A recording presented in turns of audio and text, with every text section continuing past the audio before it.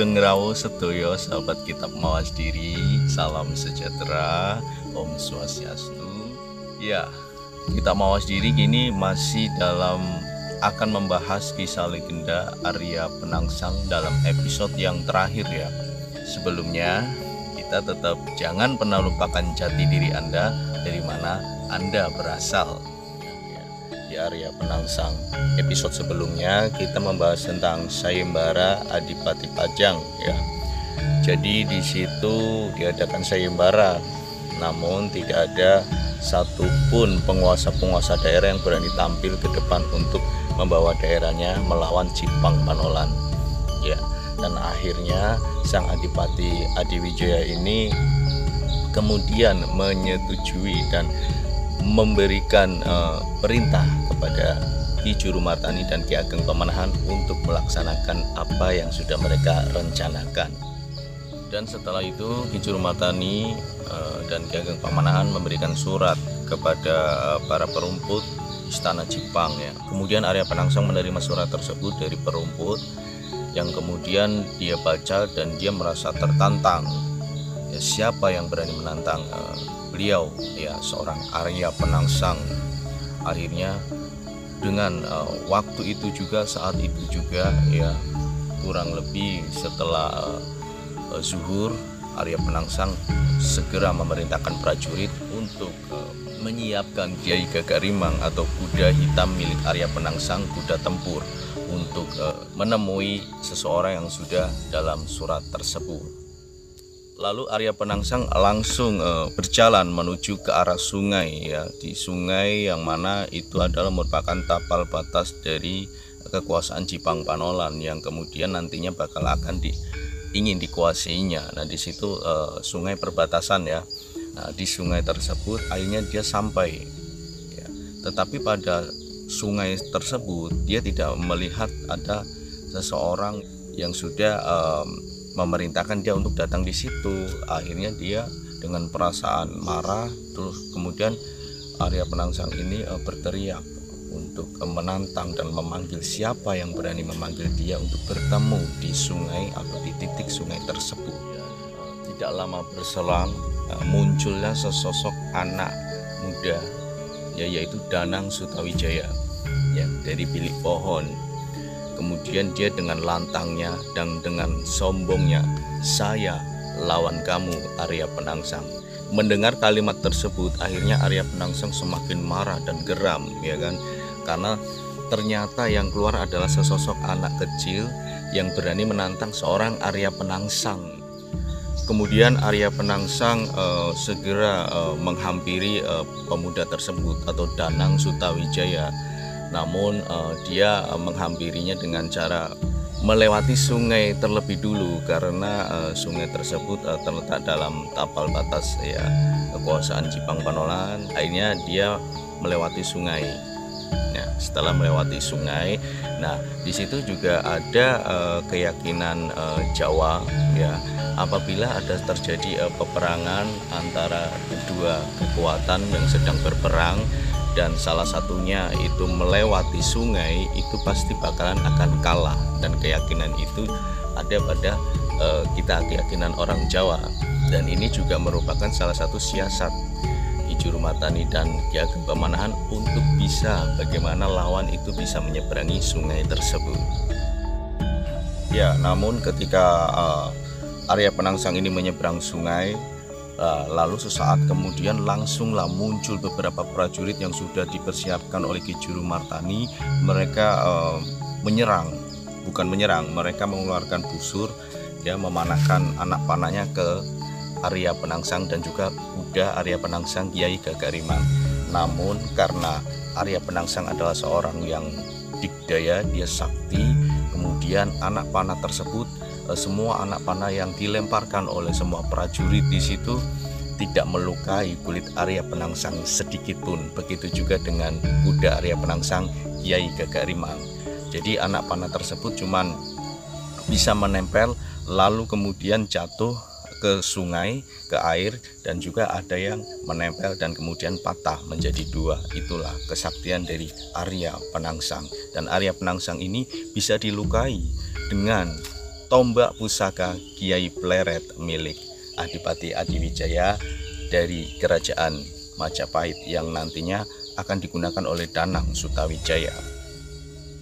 Setelah berhasil melewati sungai tersebut, Arya Penangsang dan Kiai Gagak Rimang ini segera menghampiri Danang Sutawijaya ya, karena dia sangat geram sekali dengan Danang Sutawijaya ya, seorang anak kecil yang berani menantang. Dan Arya Penangsang pun penasaran siapa dia. Dan ketika hendak menghampiri Danang Sutawijaya yang dia sudah siap dengan kuda putihnya, akhirnya Kiai Gagak Rimang milik Arya Penangsang atau kuda Arya Penangsang yang ditungganginya, dia udah melihat kuda putih betina. Ya, jadi yang seperti kita tahu bahwa kuda Arya Penangsang ini kuda perang dan dia tidak pernah bersenggama dan tidak untuk bersenggama. Dan ketika melihat kuda putih betina lawan yang digunakan oleh Danang Sutawijaya ini, akhirnya Kiai Gagak Rimang atau kuda perang Arya Penangsang ini jadi birahi ya, dia tidak bisa menahan birahinya sehingga dia fokus pada kuda betinanya. Nah, ini sangat menggoyahkan ya kan, bagaimana cara mengendalikan Arya Penangsang ke Kiai Gagak Rimang atau kuda perangnya ini sangat kerepotan. Nah, dalam kesempatan tersebut, kesempatan Danang Sutawijaya untuk segera menyerang Arya Penangsang dengan tombak pusaka Kiai Pleret tersebut, dan akhirnya dengan sangat cepatnya Danang Sutawijaya berhasil melukai, menghunus ke perut Arya Penangsang, ke lambung Arya Penangsang, dan kemudian di situ usus Arya Penangsang keluar, ketarik oleh tombak tersebut yang digunakan oleh Danang Sutawijaya. Ya, melihat kejadian tersebut, reaksi Arya Penangsang sangat marah. Namun karena dia adalah seorang yang sangat sakti ya, walaupun dia sudah terluka dan ususnya itu keluar, lalu dia berusaha untuk melipat ususnya ke dalam keris Kiai Brongot Setan Kober ya. Jadi dia kalungkan ke warangka ya, sebelah kiri tempat Arya Penangsang menaruh keris Kiai Brongot Setan Kober. Ya, Arya Penangsang meringis kesakitan ya. Melihat keadaan tersebut, akhirnya dia sangat marah dan geram kepada anak kecil tersebut, Danang Sutawijaya.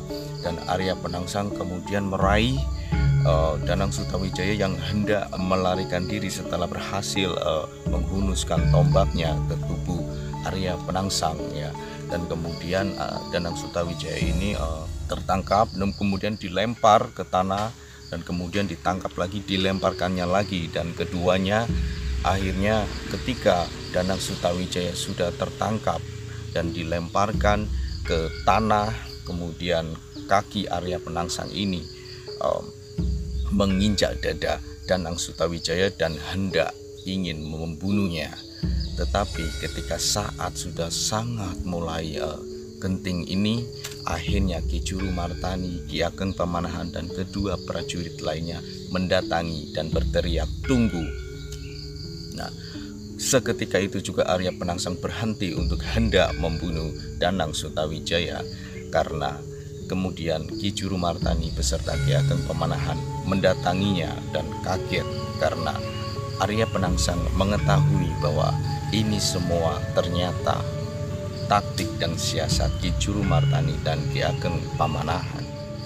Ya, kemudian Ki Juru Martani dan Ki Ageng Pamanahan memberhentikan ketika Arya Penangsang hendak ingin membunuh Danang Sutawijaya dan memberitahu bahwa anak tersebut adalah putra dari Adipati Adiwijaya atau putra angkat Adipati Adiwijaya dari Ki Ageng Pamanahan. Ki Ageng Pamanahan ataupun Ki Juru Martani mempersilahkan untuk silakan bunuh saja anak tersebut ya kan. Akhirnya dengan sangat geram marah Arya Penangsang segera ingin menghunuskan kerisnya.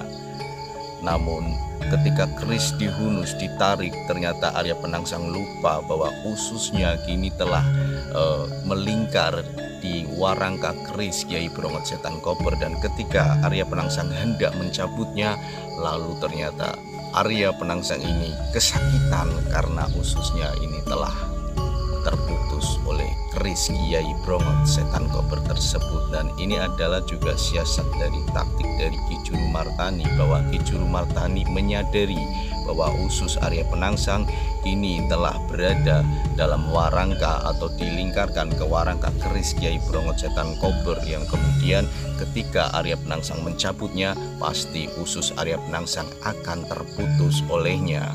Dan di situ akhirnya Arya Penangsang menjerit kesakitan dan kemudian langsung jatuh dan tewas seketika itu juga. Dan akhirnya Ki Juru Martani dan Ki Ageng Pamanahan menyelamatkan Danang Sutawijaya. Dan kemudian terdengar suara beberapa suara kuda perang, dan ternyata dari barisan Cipang Panolan ini sudah ingin menyerang kekuatan Pajang ya. Dan akhirnya terjadi peperangan yang sangat hebat di situ. Ya, dan akhirnya Arya Penangsang sudah benar-benar tewas sebelum ada penyerangan dari pasukan Cipang Panolan kepada Pajang. Nah, ini adalah sesuatu taktik yang berjalan sangat mulus. Namun kekuatan Cipang Panolan sudah kocar-kacir karena Arya Penangsang ini sudah tewas terlebih dahulu. Dan kemudian Pati Matahun berusaha untuk mendekati Ki Ageng Pamanahan untuk kembali menyerang. Ya, melihat junjungannya atau Arya Penangsang ini sudah tewas dan meninggal, akhirnya Pati Matahun pantang menyerah untuk menyerang Ki Ageng Pamanahan. Namun di situ akhirnya Pati Matahun tewas juga, kalah berperang dengan Ki Ageng Pamanahan. Ya, peperangan terjadi sangat hebat ya di situ. Pertumpahan darah yang kemudian sungai tersebut menjadi aliran darah yang bau anyir. Nah, kemudian menjelang malam tiba, akhirnya pasukan Cipang Panolan ini kocar-kacir dan pasukan Pajang segera menuju atau bergerak ke ibu kota Cipang Panolan. Dan sebentar saja akhirnya Cipang Panolan berhasil dikuasai oleh Pajang, dan gamelan ditabuh menandakan kemenangan Pajang atas Cipang Panolan. Dan akhirnya kabar kemenangan itu diteruskan ke Pajang, dan salah satu prajurit untuk diperintahkan ke Jepara untuk menemui Ratu Kalinyamat bahwa ini Pajang telah menang melawan Cipang Panolan dan Arya Penangsang telah tewas. Dan akhirnya lega sudah pertapaan Ratu Kalinyamat yang kini sedang bertapa telanjang atau topo wudo, karena dia sudah berhasil menyelesaikan sumpahnya untuk bertapa telanjang ya, sebelum Arya Penangsang mati terbunuh. Dia tidak akan menggunakan sehelai pakaian pun. Kemenangan orang Selo ini terlangsir kemana-mana ya, ke seluruh bangsawan Jawa, tak terkecuali Sunan Kudus ya. Tewasnya Arya Penangsang ini membuat panik seluruh bangsawan Jawa. Kini tidak ada lagi penguasa Jawa yang kuat kecuali Adipati Adiwijaya di Pajang. Kemudian selang beberapa minggu dilaksanakan upacara ya. Ya, kemudian Ratu Kalinyamat ini sudah berjanji ingin memberikan tahta Demak Bintoro kepada adik iparnya, yaitu Adipati Adiwijaya. Dan kemudian Adipati Adiwijaya ini dikukuhkan sebagai pemimpin Demak Bintoro. Namun Adipati Adiwijaya ini harus tetap mendirikan kerajaan Islam berbentuk kesultanan, bukan gelar seorang prabu, dengan gelar Kangjeng Sultan Adiwijaya. Dan ini bertepatan dengan tahun 1546 Masehi. Putra Ki Ageng Pengging kini telah resmi memegang tampuk pemerintahan di Jawa. Ini sesuai dengan ramalan Sunan Kalijaga. Kini Mas Karbet atau Jaka Tingkir telah menjadi seorang raja penguasa tanah Jawa. Nah, kisah Arya Penangsang, legenda Arya Penangsang ini berakhir tewasnya Arya Penangsang oleh Danang Sutawijaya. Kisah legenda Arya Penangsang ini sebetulnya mampu untuk memberikan contoh, memberikan suatu tokoh karakter kepada kita semuanya, terutama untuk generasi-generasi milenial, generasi muda kita untuk mampu belajar mawas diri, untuk mampu belajar menemukan jati diri kita, dari mana kita berasal.